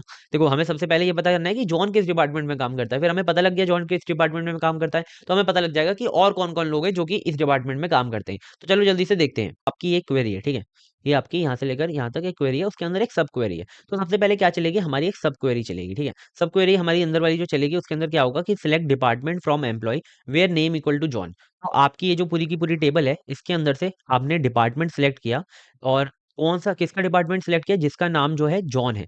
तो ये जिसका नाम जॉन है तो इसका डिपार्टमेंट क्या है, आईटी है। तो अब क्या करो, ये जो आईटी डिपार्टमेंट के सारे बंदों के क्या कर दे दो, नेम दे दो और डिपार्टमेंट दे दो, ठीक है। तो हम क्या करेंगे, जिस भी बंदे का जो डिपार्टमेंट है वो आईटी है वो हमें मिल जाएंगे, ठीक है। तो हम आईटी डिपार्टमेंट और ढूंढेंगे, ये हमें आईटी मिल गया। तो इसका नाम क्या है, एलिस। तो हमें जॉन और एलिस दो बंदे मिले, तो दोनों डिपार्टमेंट के जो दोनों जो बंदे मिले उसकी हमें ये रिजल्ट मिल जाएगा, जॉन और एलिस, ठीक है। जॉन और एलिस जो कि आईटी डिपार्टमेंट में काम करते हैं।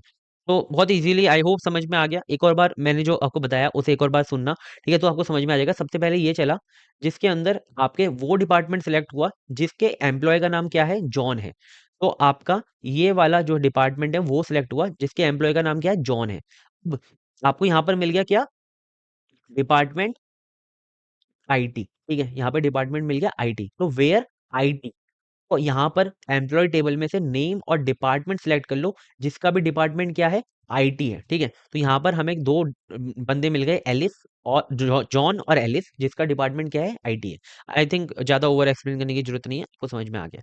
आगे बढ़ते हैं, इंसर्ट डेटा। अब आपको क्या करना है, डेटा को इंसर्ट करना है। तो अगर जैसे हमारे पास एक टेबल है कस्टमर, ठीक है, उसके अंदर हमें डेटा को इंसर्ट करना है from new new customer table. हमारी एक टेबल है न्यू कस्टमर टेबल, और हमारे पास एक टेबल पड़ी हुई है कस्टमर, उसके अंदर हमें इस टेबल से डेटा को इंसर्ट करना है इनटू कस्टमर टेबल, ठीक है। सो देखो अब हम कैसे करेंगे, हमने कैसे इंसर्ट करेंगे, कोई कंडीशन लगा के हमें इंसर्ट करना है। तो देखो, इंसर्ट इनटू कस्टमर, ये जो हमारी कस्टमर टेबल है इसके अंदर डेटा को इंसर्ट करो, जिसके अंदर एक तो नेम इंसर्ट करना है और एक सिटी इंसर्ट करनी है, ठीक है। इसके अंदर हमें डेटा को इंसर्ट करना है। Select name and city from new customer. तो हमारी ये वाली जो टेबल है इसमें से नेम और सिटी को सिलेक्ट कर लिया हमने, ठीक है। और where city equal to New York, तो हमारी सिटी जहां पर भी न्यूयॉर्क है उसमें से वो डेटा सिलेक्ट करो। तो हमारा न्यूयॉर्क ये रहा, न्यूयॉर्क ये रहा, इसका नाम क्या है, राहुल है और नेहा है। तो इस डेटा को क्या कर दो, इंसर्ट कर दो इसके अंदर। तो नेम की जगह पे यहाँ पे राहुल आ जाएगा, और सिटी की जगह पे तो वही रहने वाला है, न्यूयॉर्क, और यहाँ पर क्या आ गया, नेहा और न्यूयॉर्क, ठीक है। तो ये हमारी एक और जो हमारी कस्टमर टेबल थी उसके अंदर डेटा जो है इंसर्ट हो गया, तो हमें आफ्टर इंसर्शन ऐसे जो कस्टमर टेबल है वो मिल जाएगी। अब हम आगे बढ़ते हैं, नेक्स्ट आता है हमारा डिलीट, ठीक है। डिलीट के सब क्वेरी के अंदर कैसे डेटा को डिलीट किया जाता है। तो delete product from the product table that are not in stock, ठीक है। तो हमारे पास एक स्टॉक है, यहाँ पर हमारी प्रोडक्ट टेबल है, जैसे कि ये दुकान के बाहर हमारी एक टेबल लगी हुई है, जिसके अंदर ये मेंशन है कि कौन कौन से प्रोडक्ट हमारे दुकान पे मिलते हैं, ठीक है। बट हमारे पास एक स्टॉक टेबल है जिसके अंदर ये मेंशन है कि दुकान के अंदर क्या क्या प्रोडक्ट अवेलेबल अवेलेबल है। तो हमें जो भी अवेलेबल प्रोडक्ट है वही यहाँ पर शो कराने चाहिए, क्योंकि फालतू में अगर कोई दुकान में आया, ठीक है, बंदा, और उसे वो प्रोडक्ट मिला ही नहीं, अवेलेबल ही नहीं है स्टॉक टेबल के अंदर, तो उसका क्या फायदा, तो आपको शो ही नहीं करानी। तो आप जैसे यहाँ पर देखोगे, प्रोडक्ट आईडी है हमारी 1 और लैपटॉप, ठीक है। तो लैपटॉप यहाँ पर कितने अवेलेबल है, 10 अवेलेबल है, अच्छी बात है। माउस यहाँ पर प्रोडक्ट आईडी 2, बट यहाँ पर माउस अवेलेबल ही नहीं है। तो हमें क्या करना पड़ेगा, माउस को यहाँ से डिलीट करना पड़ेगा। कीबोर्ड अवेलेबल है, हाँ, कीबोर्ड की आईडी 3 है और कीबोर्ड 5 अवेलेबल है, ठीक है। मॉनिटर अवेलेबल नहीं है, तो हमें मॉनिटर और माउस को क्या करना है, डिलीट करना है। तो इसकी क्वेरी कैसे लिखी जाएगी वो मैं आपको बताता हूँ। डिलीट फ्रॉम प्रोडक्ट, तो हमें प्रोडक्ट के अंदर से डिलीट करना है। Where product ID not in, ठीक है, जहां पर भी product ID not in, select product ID from the stock. तो पहले सबसे पहले ये वाली क्वेरी चलेगी, ठीक है। सबसे पहले क्या करो, select product ID from the stock where quantity is greater than 0। तो हमने यहाँ से क्या क्या जो आईडी सिलेक्ट की होंगी जिनकी जो क्वांटिटी है वो 0 से बड़ी है। तो हम यहाँ पे प्रोडक्ट आईडी यहाँ पे सिलेक्ट करी, तो यहाँ पर जो उनकी क्वांटिटी है वो 10 है और यहाँ पर 5 है। तो हमें यहाँ पर प्रोडक्ट आईडी मिल गई 1 और 3, ठीक है। इस क्वेरी से हमें क्या प्रोडक्ट आईडी मिल गई, 1 और 3, क्योंकि उनकी जो क्वांटिटी है वो 0 से ज्यादा है, यहाँ पे 10 है और यहाँ पर 5 है। तो यहाँ पर हमें मिल गई 1 एंड 3। तो नॉट इन, तो यहाँ पर क्या होगा, डिलीट फ्रॉम प्रोडक्ट, इस टेबल के अंदर से वो प्रोडक्ट डिलीट कर दो जिनकी आईडी यहाँ पे नहीं है। तो 1 और 3 तो है, बट और क्या क्या नहीं है, 2 नहीं है और 4 नहीं है। तो 2 को डिलीट कर दो और 4 को डिलीट कर दो, ठीक है। तो आपकी जो प्रोडक्ट अब बन जाएगी, जो प्रोडक्ट ऐसी बन जाएगी, 1 3 लैपटॉप एंड कीबोर्ड, ठीक है। आगे बढ़ते हैं, नेक्स्ट आता है हमारा अपडेट डेटा, ठीक है। आप सब क्वेरी का यूज करके कैसे डेटा को अपडेट करते हो। तो यहाँ पर मैंने थोड़ी सी कॉम्प्लेक्स क्वेरी ले रखी है कि आपको क्या करना है, increase salaries of employee whose department has an average salary greater than $5,000। तो यहाँ पर आपके पास एक टेबल मेंशन है, जिसके अंदर एम्प्लॉय टेबल है, ये इसके अंदर एम्प्लॉय आईडी है, नेम है, डिपार्टमेंट है और सैलरी है, ठीक है। तो आपको क्या करना है, जिस भी डिपार्टमेंट की जो एवरेज सैलरी है वो अगर $5,000 से ज्यादा है, तो क्या करो, उसकी सैलरी को 10% इंक्रीज करना है हमें, ठीक है। क्या करना है, 10% हमें उसे इंक्रीज करना है। तो हम क्या करेंगे, यहाँ पर सबसे पहले हमें क्या करना पड़ेगा, यहाँ पे मल्टीपल डिपार्टमेंट है, तो उन डिपार्टमेंट को ग्रुप करना पड़ेगा, ठीक है। क्या करना पड़ेगा, ग्रुप करना पड़ेगा। उसके लिए हम ग्रुप का यूज करेंगे, ग्रुप बाय का। और फिर ग्रुप करने के बाद क्या करेंगे, एवरेज फंक्शन को लगाएंगे, जो कि एग्रीगेट फंक्शन होता है, जिससे क्या करेंगे, हम इस डिपार्टमेंट की जो एवरेज सैलरी है वो हमें मिल जाएगी, ठीक है। तो अगर हम यहाँ पर सब क्वेरी को देखें तो मैं आपको दिखाता हूँ। यहाँ पर फिर क्या करेंगे, वो जो हमें डिपार्टमेंट मिल जाएंगे उनकी जो सैलरी है उसे इंक्रीज कर देंगे, सेट कर देंगे, ठीक है, 10%। तो यहाँ पर आप पहले सब क्वेरी देखो, सिलेक्ट डिपार्टमेंट फ्रॉम एम्प्लॉय, ठीक है। तो सबसे पहले क्या होगा, हमारे जो पूरी की पूरी एम्प्लॉय है उसके डिपार्टमेंट सेलेक्ट हो गए। Group by department having average salary is greater than 5,000। तो पहले क्या होगा, ग्रुप होगा। तो पहले आईटी जो है वो ग्रुप हो गई, और जो एचआर है वो ग्रुप हो गया, और फाइनेंस जो है वो ग्रुप हो गया। अब इनकी जो एवरेज सैलरी है वो निकाली गई होगी। तो देखो आईटी की जो एवरेज सैलरी है वो हमारी पहले 6000 प्लस 5500 है, उसको डिवाइड कर दिया 2 से, तो हमारा ग्रुप इसका एवरेज कितना आ गया 5750, ठीक है। फिर एचआर की सैलरी का आपने ग्रुप करके एवरेज कर दिया, तो आपका कितना हो गया 4000 प्लस 4500 डिवाइडेड बाई 2, जो कि इतना आ गया, ठीक है। और फिर हमने क्या किया, फाइनेंस वालों का क्या किया, ग्रुप किया, तो एक ही है भाई बंदा, उसका 7000 ही रहेगा, ठीक है। तो आप यहाँ पे देखोगे कि किसकी जो सैलरी है वो बढ़ेगी। तो आप यहाँ पर अगर आप देखो तो आईटी वाले का जो एवरेज है वो 5000 से ज्यादा है, एच फाइनेंस वालों का जो एवरेज है वो 5000 से ज्यादा है। तो यहाँ पर इस क्वेरी से हमें क्या मिलेगा, ये जो सब क्वेरी है उससे हमें क्या मिलेगा, एक तो हमें आईटी वाले मिलेंगे जिनकी सैलरी 5000 एवरेज से ज्यादा है, ठीक है। और फाइनेंस वाले मिलेंगे जिनकी सैलरी 5000 एवरेज से ज्यादा है, ठीक है। तो हमें दो मिल गए, एचआर वाले नहीं मिले, इनकी सैलरी नहीं बढ़नी, ठीक है। तो हमें आईटी और फाइनेंस वाले मिल गए। अब हमें क्या करना है, अपडेट एम्प्लॉय, पहले ये वाली जो हमारी टेबल है उसे अपडेट करना है। Set salary equal to salary into 1.1, यानी कि हमें क्या करना है, सैलरी को 10% बढ़ाना है, ठीक है। और वेयर डिपार्टमेंट इन, तो जो भी डिपार्टमेंट हमारे इसके अंदर है, यानी कि आईटी और फाइनेंस के अंदर है, उनकी सैलरी को हम बढ़ा देंगे, ठीक है। तो यहाँ पर दो डिपार्टमेंट है, एक तो आईटी वाले हैं और एक फाइनेंस वाले हैं। तो यहाँ पर हमारी आईटी वालों की जो सैलरी है वो पहले यहाँ पर जैसे 6000 थी तो वो हो गई 6600, और पहले यहाँ पर इसकी थी 5500 तो हो गई 6500। तो इस तरीके से जो है सब क्वेरी की हेल्प से आपने डेटा को अपडेट कर लिया, और जो एचआर वाले हैं उनकी सैलरी वैसी की वैसी ही है, ठीक है, और फाइनेंस वालों की बढ़ चुकी है, ठीक है। तो आई होप आपको क्लियर होगा, ऐसे आपको क्वेरी लिखनी आनी चाहिए, ठीक है। नेक्स्ट हमारा टॉपिक आता है एग्रीगेट फंक्शन, ठीक है। एग्रीगेट फंक्शन काफी इजी टॉपिक है और बहुत बार पूछा जाता है, तो प्लीज इसे अच्छे से कर लेना और इजीली आपका हो भी जाएगा, ठीक है।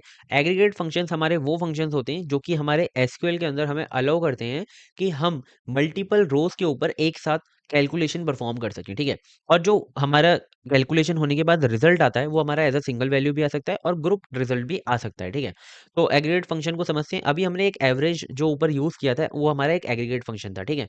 तो यहाँ पर 5 फंक्शन होते हैं। मैक्सिमम अगर आपको फाइंड करना है तो देखो यहाँ पर मैक्सिमम से यहाँ पर मैक्सिमम है। मैक्सिमम हमें एक जो पूरी की पूरी कॉलम है हमारी टेबल के अंदर, जो कॉलम्स होती हैं उसके अंदर जो हमारी पूरी की पूरी कॉलम है उसके अंदर जो मैक्सिमम वैल्यू है, ग्रेट सबसे बड़ी वैल्यू है, वो हमें रिटर्न करता है, ठीक है। तो इसको कैसे लिखते हैं, select max salary as a highest salary from a employees, ठीक है। तो एम्प्लॉय टेबल के अंदर से जो भी हमारा सैलरी कॉलम है उसमें से जो भी हाईएस्ट सैलरी होगी वो हमें रिटर्न कर देगा एज अ हाईएस्ट सैलरी। तो आप हाईएस्ट सैलरी लिखोगे तो आपको हाईएस्ट सैलरी मिल जाएगी, ठीक है।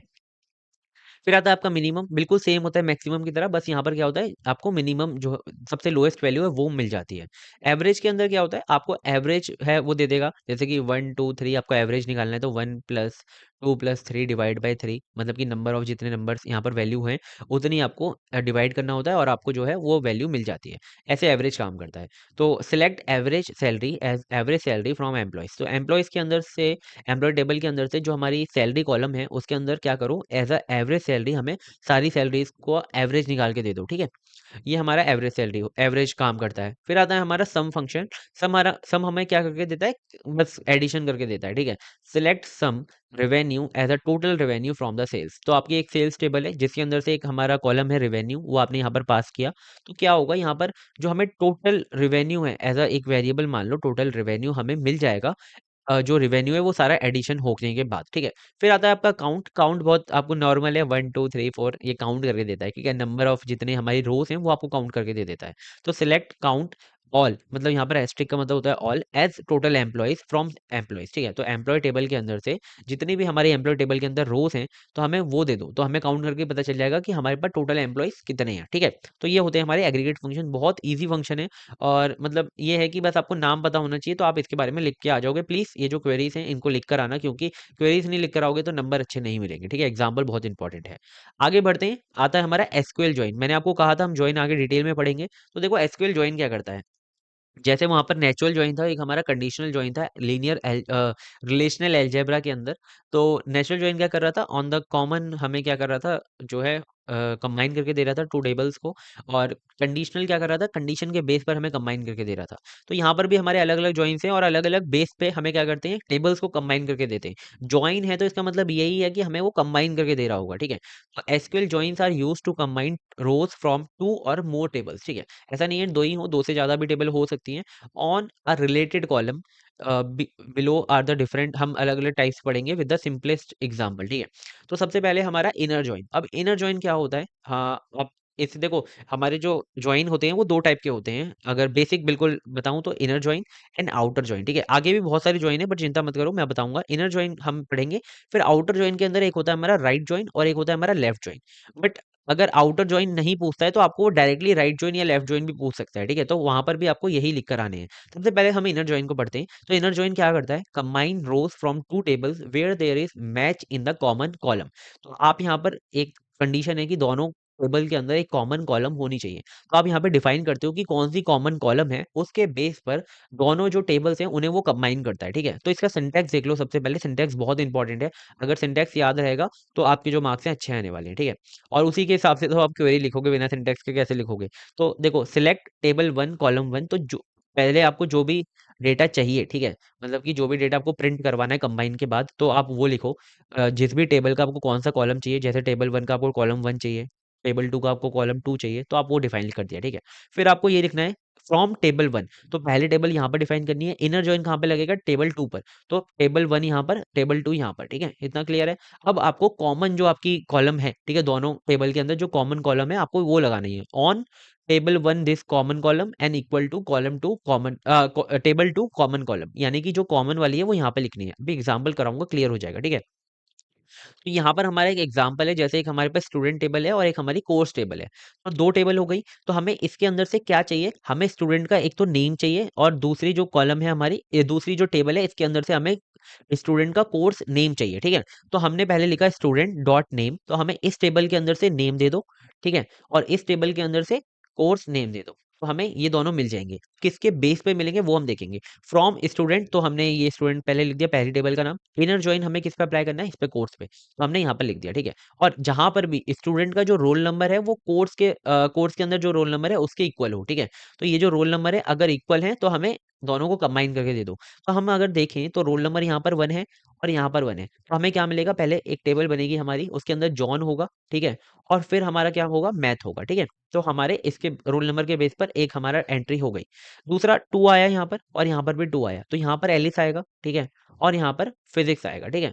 तीसरा आया हमारा थ्री, बट यहाँ पर फोर है, मैच नहीं हो रहा, तो क्या होगा, ये रुक जाएगा। और मतलब आगे भी चेक करेगा, बट आगे है ही नहीं यहाँ पर डेटा, तो ये रुक जाएगा यहाँ पर, और जो हमारे जो डेटा है वो हमें मिल जाएगा। तो जॉन मैथ और एलिस फिजिक्स हमें यहाँ पर आउटपुट में मिल जाएगा। तो ऐसे इनर जॉइन काम करता है, ठीक है, क्लियर है। आगे बढ़ते हैं लेफ्ट जॉइन की तरफ।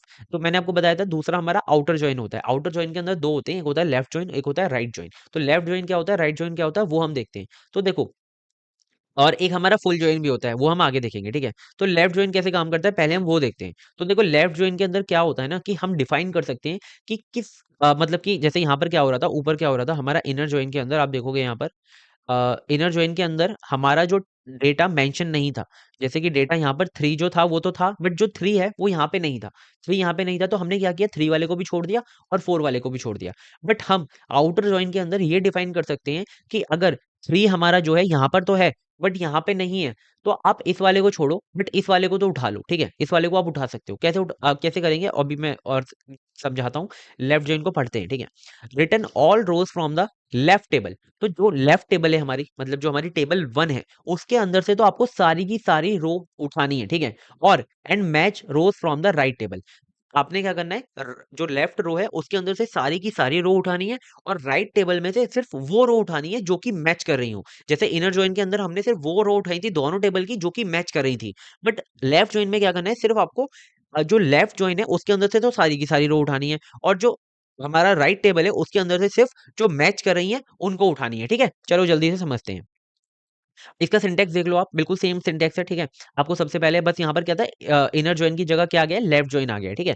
और ऑन जो आपकी कॉमन कॉलम है, और टेबल वन टेबल टू, और यहाँ पर जो भी आपको चाहिए, ठीक है। तो बिल्कुल सेम एग्जांपल लूंगा। स्टूडेंट टेबल है और एक हमारी कोर्स टेबल है, ठीक है। तो स्टूडेंट टेबल पे हमने क्वेरी लगाई, ये हमारी लेफ्ट टेबल है, ये हमारी राइट टेबल है, ठीक है। तो हमने लिख दिया select student name and course name, ठीक है, हमें ये चाहिए और ये चाहिए, ठीक है। और हमने किस पे कॉमन रखा है, रोल नंबर पे कॉमन रखा है। तो और हाँ, जो भी अगर मैच नहीं करेगी उसकी जगह पे नल आएगा, ठीक है। तो देखो, यहाँ से इसने पहले वन लिया, ठीक है, और इसने क्या किया, यहाँ पर देखा नेम क्या है, जॉन है, और यहाँ पर रोल नंबर मेंशन है, कॉमन है, तो यहाँ से मैथ उठा लिया, तो आ गया आपका नेम जॉन, और कोर्स नेम आ गया मैथ, ठीक है। क्लियर है, इतना क्लियर है।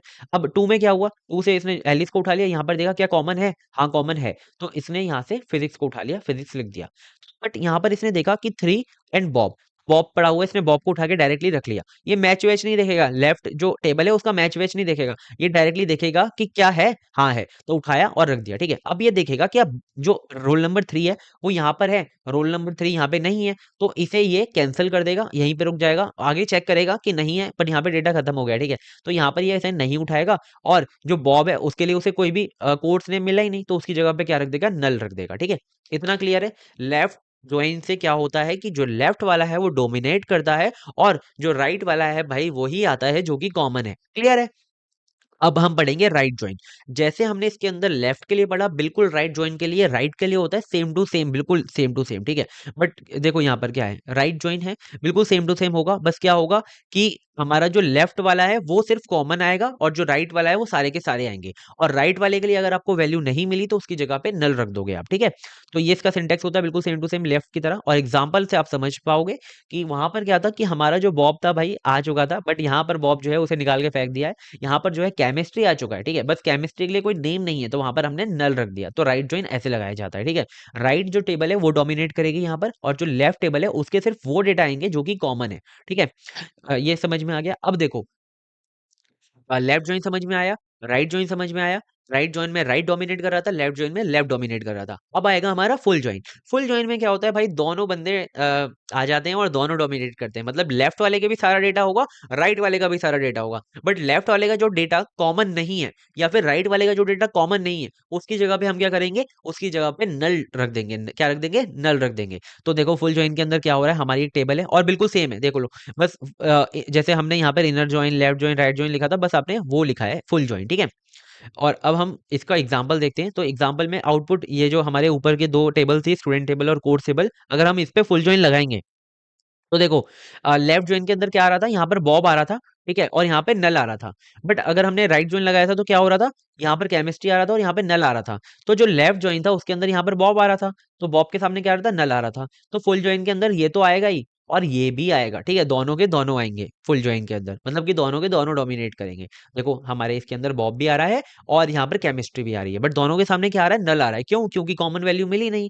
अब हम आगे बढ़ते हैं। इसके बाद हमारा जो फिफ्थ जॉइन आता है वो होता है हमारा क्रॉस जॉइन। चार समझ में आ गए ना।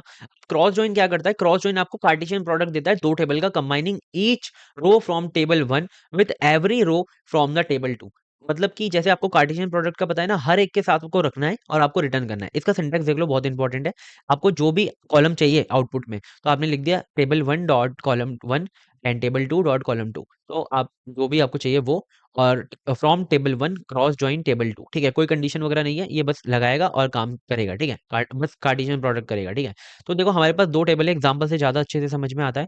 और यहाँ पर पहले ये देख लो, हमने क्वेरी क्या लगाई है, सिलेक्ट स्टूडेंट नेम। सबसे पहले स्टूडेंट नेम को सिलेक्ट करो और कोर्स नेम को सिलेक्ट करो। ठीक है, हमें ये दोनों दोनों चाहिए आउटपुट के अंदर। और फ्रॉम स्टूडेंट 1 पहली ये टेबल है, और दूसरी क्रॉस जॉइन दूसरी ये टेबल है। ठीक है, तो ये क्या करेगा, सबसे पहले यहाँ से पहले जॉन को उठाएगा। ठीक है, और इसे पहले मैथ के साथ लिखेगा और फिर फिजिक्स के साथ लिखेगा। तो पहले इसने जॉन को उठाया, पहले मैथ के साथ लिखा, फिर जॉन को लिखा, फिर फिजिक्स को लिखा। ठीक है, फिर ये एलिस को उठाएगा, इसे मैथ के साथ लिखेगा, फिर फिजिक्स के साथ लिखेगा। ऐसे आपको कार्टेशियन प्रोडक्ट करके दे देगा। ठीक है, इतना क्लियर है। अब हम आगे बढ़ते हैं और नेचुरल जॉइन की तरफ। नेचुरल जॉइन हमने जैसे ऊपर पढ़ा था बिल्कुल सेम टू सेम है। इसमें क्या होगा, जो कॉमन हमारे एलिमेंट होंगे वो हमारे उसके बेस पर ये करेगा। ठीक है, अगर कोई डुप्लीकेट है तो उसे वो रिमूव कर देगा और सिर्फ एक ही उसकी कॉपी जो है वो रखेगा। ठीक है, एग्जाम्पल से समझते हैं नेचुरल जॉइन कैसे काम करता है। ये हमारे पास दो टेबल हैं, एक है एम्प्लॉय टेबल और एक है डिपार्टमेंट टेबल। ठीक है, और इसके अंदर कॉमन क्या है, जो हमारी डिपार्टमेंट आईडी है वो हमारी कॉमन है। इसका सिंटेक्स देखो आप, सिलेक्ट ऑल, मतलब हमने यहाँ पर ऑल लिख दिया कि हमें सारी चीजें चाहिए। ठीक है, फ्रॉम एम्प्लॉय 1। ठीक है, और नेचुरल जॉइन डिपार्टमेंट। ठीक है, तो ये अपने आप देख लेगा कि कॉमन क्या है, तो कॉमन हमारा डिपार्टमेंट आईडी है, तो इसके बेस पर ये काम करेगा। कैसे काम करेगा, तो इसके बेस पर सबसे पहले चेक करेगा employee 1 Alice and 101 department ID. ठीक है, यहाँ पर देखिए डिपार्टमेंट आईडी है 101 और ये आईटी, तो रिटर्न क्या करेगा, 1 एलिस 101 एन आई टी। ठीक है, तो 1 एलिस 101 एन आई टी इसने रिटर्न कर दिया, है ना। फिर देखा 2 बॉब 102 एन एच आर, तो इसने देखा 2 बॉब 102 एच आर। ठीक है, फिर इसने तीसरा गया 3 कैरोल कैरोल 103, यहाँ पर 103 मिला नहीं, क्रॉस।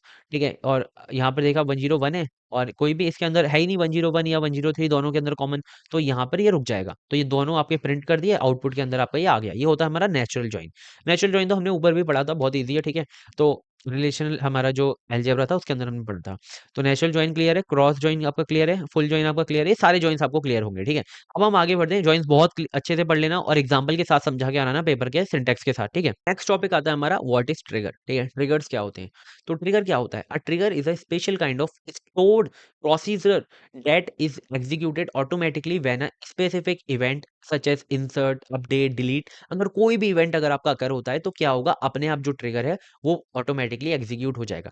ट्रिगर्स हमारे यूज होते हैं टास्क को ऑटोमेट करने के लिए, ठीक है। अपने आप जो काम है वो होता रहे, जैसे कि बिजनेस रूल्स वगैरह उसके अंदर होते हैं, और डेटा इंटीग्रिटी मेंटेन करता है, वो चेंजेस को ऑडिट करता है, रेप्लिकेट करता है डेटा को, तो ये सारा चीजें उसके अंदर होती हैं। ट्रिगर बस आपको समझ में आ गया, ट्रिगर एक हमारा specified kind of stored procedure है जो कि अपने आप एग्जीक्यूट होता है ऑटोमेटिकली अगर कोई भी स्पेसिफिक इवेंट जो है अकर हो, ठीक है।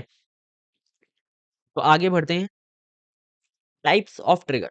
टाइप्स ऑफ ट्रिगर देखते हैं। पहला होता है हमारा डीएमएल ट्रिगर, दूसरा होता है हमारा डीडीएल ट्रिगर, ठीक है। तो डीएमएल ट्रिगर का क्या मतलब है? डीएमएल डीएमएल हमारा मैनिपुलेशन के लिए यूज होता है, ठीक है। अगर हमने कोई ट्रिगर दबाया, ठीक है, मतलब कि ट्रिगर करा, ठीक है। DML trigger are executed when a DML operation like insert, update, delete is perform on a table और व्यू, ठीक है।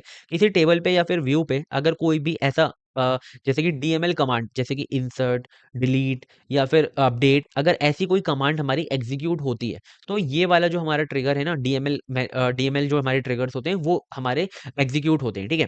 तो ये हमारे अब इसके अंदर भी दो होते हैं, एक होता है आफ्टर और एक होता है इंस्टेंट ऑफ ट्रिगर, ठीक है। आफ्टर ट्रिगर क्या होता है? These triggers are executed after the DML statement complete but before the changes are committed to the database. जैसे कि एक यूजर है भाई, ठीक है, एक यूजर ने एक डीएमएल कमांड लिखी, ठीक है। डीएमएल कमांड जैसे ही वो यूजर लिखता है तो डीएमएल कमांड हमारी एग्जीक्यूट होती है और डेटाबेस के अंदर जाती है, और डेटाबेस के अंदर क्या होता है, चेंजेस होते हैं और डेटाबेस हमारा कमिट हो जाता है, यानी कि सेव हो जाता है, ठीक है। कमिट होने के बाद सेव हो जाता है डेटाबेस के अंदर जो भी आपने चेंजेस करे, ठीक है।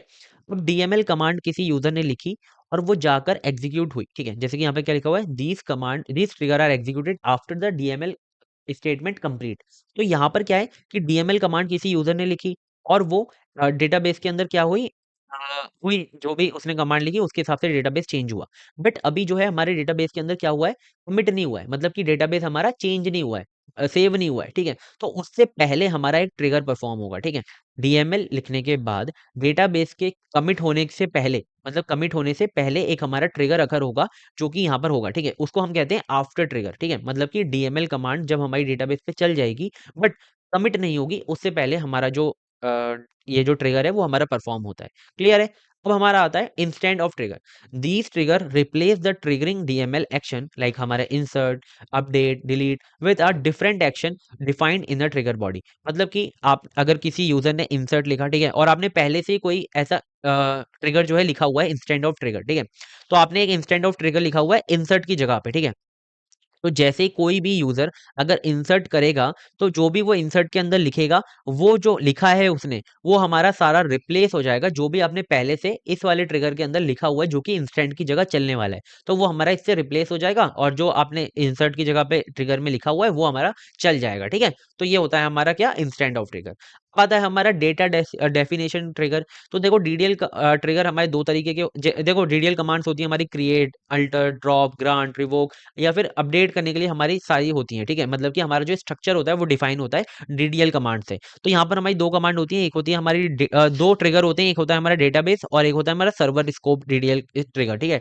अगर आपका जो डीडीएल स्टेटमेंट है वो डेटाबेस के स्कीमा को, स्ट्रक्चर को जो है अफेक्ट कर रहा है, तो वहां पर हमारा डीडीएल ट्रिगर यूज होता है, ठीक है। और अगर हमारा जो ट्रिगर है वो, अगर आपका जो ट्रिगर वो सर्वर लेवल चेंजेस कर रहा है, ठीक है, तो वहां पर आपका फायर जो ट्रिगर है वो यूज होता है। मतलब कि डीडीएल के आपने कोई ट्रिगर लिखा, ठीक है, आपने कोई ट्रिगर लिखा और वो जो ट्रिगर है वो जा रहा है सीधा डेटाबेस के जो स्ट्रक्चर है उसको चेंज कर रहा है, तो वो होता है हमारा डेटाबेस स्कोप डीडीएल ट्रिगर। अगर कोई आपने ऐसा ट्रिगर लिखा है जो कि जाकर सीधा सर्वर पे चेंजेस कर रहा है, तो वो होता है हमारा सर्वर स्कोप डीडीएल ट्रिगर, ठीक है।